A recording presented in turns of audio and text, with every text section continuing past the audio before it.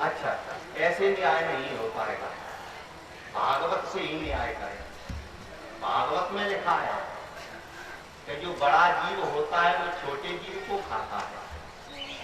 आपने जल के जीवों को देखा होगा, जल में जो जीव जंतु रहते हैं उनकी रसोई तो नहीं बनी है, क्या कहीं रसोई बना के भोजन करे, तो जीव जीव को खाता है। अंतर केवल इतना है, जो बड़ा जीव है वो छोटे जीव को खाता है, तो जो बड़ा है वो छोटे को खाता है। तो सबसे पहले ये निर्णय करना पड़ेगा कि बीड़ी बड़ी है कि तुम बड़े हो, तब पता पड़ेगा कि बीड़ी को तुम पीते हो कि बीड़ी तुम्हें। अब हमने अपनी कथा में देखा है, जो देखा है तो सुन लो नहीं। हमने अपनी कथा में देखा है 1.5 इंची की बीड़ी। क्या नाम है भैया तुम्हारा? है? नहीं, सुन लो, मैं चाचा का ही चाचा कौन से है? नेकराम चाचा आए का कथा में? हाँ बैठे हैं, सुन लो। हमने अपनी आंखों से देखा है, बीड़ी बड़ी है कि तुम बड़े। हमने अपनी कथा में देखा है 1.5 इंची की बीड़ी 5.5 फुट के आदमी को भागवत की पांडाल में से उठा करके मंडप के पीछे ले जाता है, तब वहां जाके बीड़ी पीता है। अब बताओ तुम बड़े हो कि बीड़ी बड़ी? इसलिए भोगान भुक्ता वयमेव भुक्ता, हम विषयों को नहीं भोगते, विषय हमें भोगते हैं। इसलिए जनक, जब तक तू विषयों का सेवन करेगा तब तक तू राजा रहेगा, और जिस दिन तू विषयों को छोड़ देगा उसी दिन तू महाराजा बन जाएगा।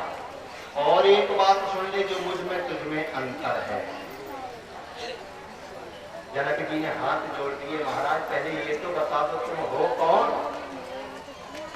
मुझे समझाते तो चले जा रहे हो, लेकिन महाराज ये तो बता दो तुम हो कौन? तब अवधूत ने कहा, मुझे पहचान नहीं पाया, मैं दत्तात्रेय हूँ, मैं दत्तात्रेय हूँ। उधर राजा रघुगण ने पैर पकड़ लिए, भरत जी से पूछा तुम कौन हो, ये तो बता दो, मेरा कल्याण तो करना चाहते हो? तब भरत जी ने कहा, मुझे पहचाना नहीं, मैं कौन हूँ, मेरी तरफ देखो। अयम राज्यो भरता पुंसः, मैं वही भरत हूँ जिसने गोदी में लेकर के तुझे जल से बचाया था। जब तू जल में डूब रहा था हिरण का बच्चा बन करके, तब मैंने तुझे बचाया था। मेरा संग करने से तू राजा बन गया, और एक राजा ने हिरण का साथ किया, आज भी भटक रहा। जो राजा रघुगण ने देखा कि मुझे जीवन दान देने वाले यही गुरु जी हैं, एकदम चरणों में गिर पड़ा, पैर पकड़ लिए, गुरु जी कब से भटक रहा हूं तुम्हें खोजने के लिए। उधर जनक जी ने पैर पकड़ लिए, दत्तात्रेय जी के कब से भटक रहा हूं गुरु जी तुम्हें ढूंढने के लिए। आज मैं एक प्रश्न करना चाहता हूं, मैंने जीवन में सारे प्रश्नों के उत्तर ले लिए, लेकिन एक प्रश्न का उत्तर मुझे गुरु जी नहीं मिला, वो आज दे दो। अब यहाँ से भरत गीता शुरू हो रही है। मैयाओं से निवेदन है, केवल आधा घंटे के लिए शांत रहें, क्योंकि कभी कभी मन ऐसी कथा में प्रवेश करता है जहाँ सुनाने की इच्छा होती है। नहीं तो हम भी नचने गाने वाले पहले पंडित थे, खूब नाचते थे, नचाते थे, लेकिन अब समझ में आया है कि नचना और नाचना भागवत नहीं है। भागवत तो वो है जिसमें कथा कहने वाले की आंखों में भी आंसू रहे और सुनने वाले की आंखों में भी आंसू। हमारे परीक्षित जी रोते रोते ही गंगा के किनारे पर आए थे प्यारे, और रोते रोते ही चले गए। जिसमें केवल प्रभु के लिए आंसू आए वही भागवत है। इसलिए माताओं से निवेदन है, कभी कभी अवसर मिलता है सुनने और सुनाने का। आज जनक जी ने पैर पकड़ दिए, महाराज मैंने अपने जीवन के सारे प्रश्नों के उत्तर ले लिए, लेकिन मेरे एक प्रश्न का उत्तर नहीं मेरे पास आया, कृपा करोगे? उधर राजा रघुगण ने पैर पकड़ लिए, महाराज मैंने इस पृथ्वी की 63 विद्याओं को तो ले लिया, लेकिन 64वीं विद्या नहीं मिल रही, क्या आप दोगे? दोनों गुरु जी ने आशीर्वाद दे दिया। तब जनक जी ने प्रश्न किया, आइए। जनक जी ने पूछा, प्रभु इस संसार रूपी सागर में कर्म करने के बाद भी हर जीव दुखी क्यों है? मैंने इस संसार का ऐसा कोई कर्म नहीं छोड़ा जो न किया हो, लेकिन सब कुछ करने के बाद भी मैं बहुत दुखी हूं। इसका उत्तर हो सकता है यहाँ पर सभी लोग बैठे हैं, हर तरह से आनंदित हैं, सब कुछ होने के बाद भी कहीं न कहीं प्यारे आपको भी कोई दुख तो हो। हम मंच पर बैठ के कथा सुना रहे हैं, तुम्हें लग रहा होगा व्यास की चकाचक गाड़ी है, लेकिन अंदर झांक करके देखोगे प्यारे तो कहीं न कहीं परेशानी तो हमें भी है। इसलिए इस प्रश्न का उत्तर गंभीरता से सुनो। ये भागवत का सार है। हम इस मंडप में आपके गांव में कहानी और किस्सा नहीं सुनाना चाहते, हम वही सुनाना चाहते हैं जिसे सुन करके कहीं न कहीं आपका भी कल्याण हो और सुनाने के बाद हमारा भी कल्याण हो। जब तक कथा सुनने वाले का कल्याण नहीं होगा तब तक प्यारे सुनाने वाले का कभी कल्याण नहीं होगा। इसलिए इस कथा को सुन लो और समझ लो। हमें आपके कल्याण की चिंता नहीं है, ईमानदारी से पूछो तो हमें अपनी बहुत चिंता है कि हमारा कल्याण कैसे होगा। और हमारा कल्याण जब होगा जब आप में से किसी एक का कल्याण हो जाएगा। इसलिए हाथ जोड़कर के निवेदन है, इस प्रसंग को गंभीरता से सुनो। ये सबके लिए खुला हुआ बात है। प्रश्न कर दिया महाराज, सब कुछ करने के बाद भी दुखी क्यों है? दत्तात्रेय जी ने हाथ फेर के समझाया, जनक तू दुखी नहीं है, दुखी तो मैं भी नहीं। पहले ये सोचना पड़ेगा ये दुख आ कहां से रहा है, तभी तो दुख दूर कर पाओगे। पहले तुम्हें देखना पड़ेगा दुख कहां से आ रहा है। हम जिस कमरे में सो रहे हैं पानी बरस रहा है और टपका आ रहा है, तो हमें पहले देखना पड़ेगा ये टपका कहां से आ रहा है। जब हमें पता पड़ जाएगा ये यहाँ से आ रहा है, वहीं पर शक्कर और सीमेंट लगा दो, टपका बंद। तो पहले हमें और आपको ये देखना पड़ेगा कि ये दुख कहां से आ रहा है। दुख 3 जगह से आता है। सब दुखी है। इस संसार में 3 प्रकार की रस्सी से सब लोग बंधे हुए हैं। कब बंधे? जब जन्म लिया तब। भूमि परत वहा डाबर पानी और जिम जीवन माया सब बंधे हैं। अंतर केवल रस्सी का है। 3 प्रकार की रस्सी में जगत बंधा हुआ है। एक है सात्विकी रस्सी, एक है राजसी और एक है तामसी। हम भगवान की कथा सुना रहे हैं। शंकराचार्य की गद्दी पे बैठे हैं। भजनानंदी भजन कर रहा है, लेकिन प्यारे वो भी बंधा हुआ है। हम और आप इस समय कौन सी रस्सी में बंधे हैं? सतोगुणी रस्सी। सतोगुणी माने सोने की कीमत बहुत है। हम इस गद्दी पे बैठे, हमारी कीमत बहुत है। तो किसकी रस्सी में हम बंधे हैं? सोने। एक गृहस्थ अपनी गृहस्थी का पालन कर रहा है, वो भी बंधा है, वो रजोगुणी रस्सी है, वो लोहे की रस्सी है, कीमत कम है। और एक अनाचारी, अत्याचारी, दुराचारी, अनाचार कर रहा है, अत्याचार कर रहा है, दुराचार कर रहा है, वो भी बंधा है। वो तामसी रस्सी में बंधा है, घास की रस्सी में, कीमत कम है। लेकिन थोड़ा ऊपर उठ करके देखो क्या है। अगर यहीं तक सोचोगे तो कुछ मिलने वाला नहीं। इससे ऊपर उठ करके सोचो, चाहे सोने की रस्सी में कोई बंधा है, चाहे घास की रस्सी में बंधा है, प्यारे बंधन तो बंधन होता है। हो सकता है जो घास की रस्सी में बंधा है वो हमसे पहले मुक्त हो जाए। इसलिए 3 प्रकार की रस्सी में जगत बना होता है। परीक्षक, इस रस्सी से मुक्त जब तक नहीं हो गए तब तक तुम्हें सुख नहीं मिलेगा। परीक्षक ने पैर पकड़ लिए, गुरुजी तो फिर मुक्त करो ना। सुखदेव जी ने कहा मुक्त जब हो पाओगे जब पहले ये देख लो ये दुख कहां से आ रहा है। दुख 3 जगह से आ रहा है। कुछ लोग कहते हैं हमारे भैया ऐसा नहीं करते तो हमारे साथ ऐसा नहीं होता, ये भ्रम है। कुछ मैया कहती है कि अगर जेठानी ऐसा नहीं करती तो हमारे साथ ऐसा, ये भ्रम है। न दौरानी कुछ करने वाली है, न जेठानी कुछ करने वाली है, न अड़ोसी न पड़ोसी, ये सब कुछ करने वाले तुम हो। दुख 3 जगह से आ रहा है। गोस्वामी ने सूत्र दिया, काल कर्म स्वभाव गुण हेरा और फिरत सदा माया कर। इसी में तो बंधे है, भूमि परत बा डावर पानी और जिन जीवन माया। तो 3 जगह से सीता ए चटर-पटर मैया, ए लड़ी, ए बिटिया, ए गुड़िया, नहीं बोली सीता। पीछे बैठ करके चाहे कितनी बात करो, हमें बिल्कुल दर्द नहीं होता, लेकिन भगवान की छाती पर बैठ के बात करूंगी तो दर्द तो होगा। सीता तो बहुत मैया सुनती है, कैसे टुकर टुकर सुन रही है।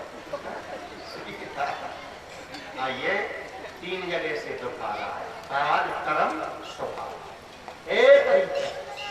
एक दुख है काल का, इससे डरो मत। जब समय विपरीत आता है चला भी जाएगा, समय का चक्र घूम रहा है। अंधेरा हो गया तो ये अपने आप हो जाएगा, ये समय का दुख है।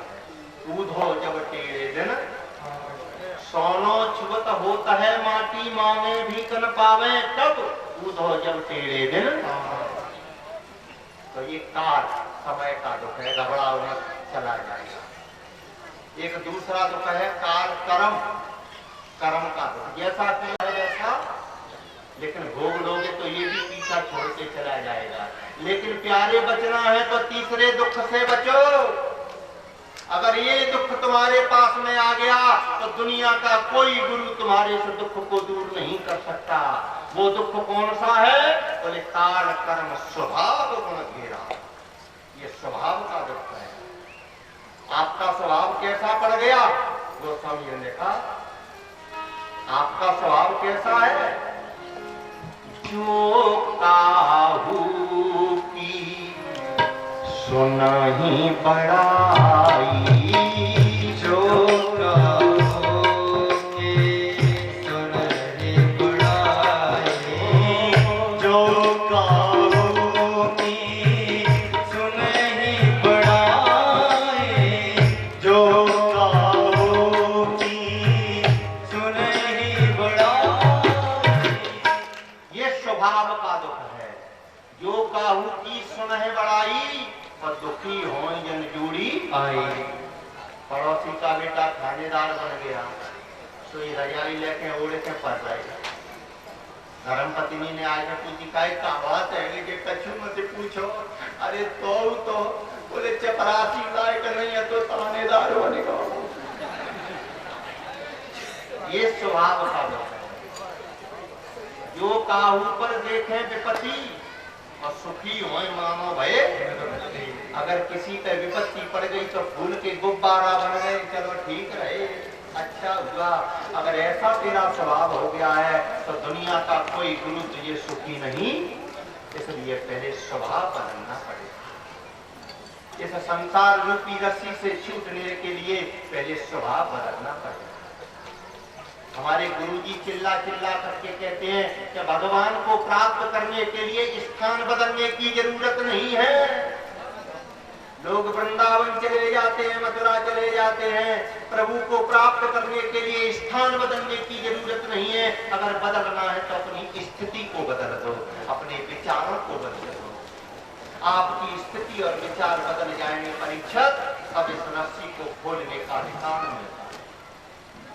ये संसार जिस रस्सी में बना है, जब स्वभाव जीव का बदल जाएगा तब आप रस्सी खोलने के अधिकारी होंगे परीक्षक। तो रस्सी खोलने के, इससे मुक्त होने के 3 मार्ग हैं। कौन कौन से? सुन लो। पहला मार्ग परीक्षक, शरीर को इतना फैलाओ, इतना फैलाओ, इतना फैलाओ कि रस्सी टूट जाए। ये कौन सा मार्ग है? बोले ये ज्ञान मार्ग है। परीक्षक ने पैर पकड़ लिए, गया गुरुजी ये मार्ग जटिल है। क्यों? बोले ज्ञान मार्ग दुधारू तलवार है। गोस्वामी ने लिखा ये कैसा मार्ग है?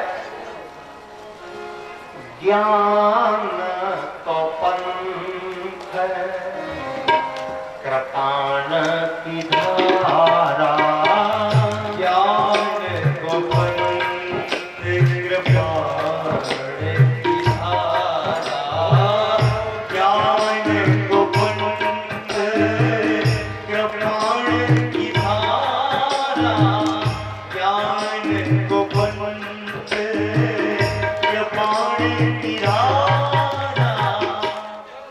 ये कैसा मार्ग है? परत खते सनाता कहिबारा, परत खते सनाता कहिबारा। गुरुजी, ये तो जटिल मार्ग है, कोई ऐसा मार्ग नहीं है सब सुलभ सब दिन और रति। बोले है तो फिर बताओ ना।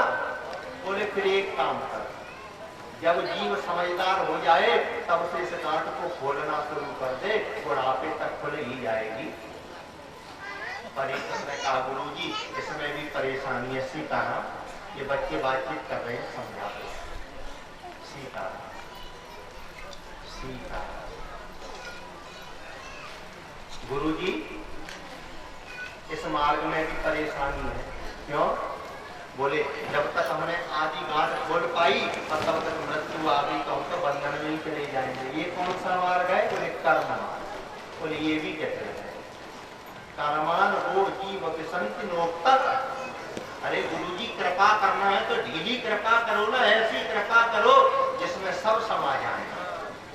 ऐसा कोई मार्ग नहीं है। बोले है तो फिर बताओ ना। आइए तीसरे मार्ग को सुनो। ये तीसरा मार्ग कौन सा है? सुखदेव जी ने कहा तो फिर एक काम कर, न तू शरीर फुला सकता है न तू गांठ खोल सकता है, तो फिर तू इतना छोटा बन जा, इतना छोटा बन जा कि रस्सी ढीली पड़ जाए तो निकल के चला जाए। बोले ये कौन सा मार्ग है? बोले ये भक्ति मार्ग है। भक्ति में छोटा बनना पड़ता है, लेकिन प्यारे भक्ति सुनने में बड़ी सरल है, कहने में सरल है, लेकिन भक्ति करने में बड़ी कठिन है। वो समझे में लिखा कहता सरल समुझत सरल और करनी कठिन विवेक। ये लोटा पे लोटा रख के माता के मंदिर पर चली गई, हो गई भक्ति? नहीं। क्या ये लंबी लंबी दाढ़ी रखा करके मंदिर में बैठ करके दाल टिकर के सीताराम कर रहे हो गई भक्ति? नहीं। क्या ये ऊंचे से मंच पे बैठ करके मीठे मीठी कथा सुना करके हो गई भक्ति? नहीं जाती।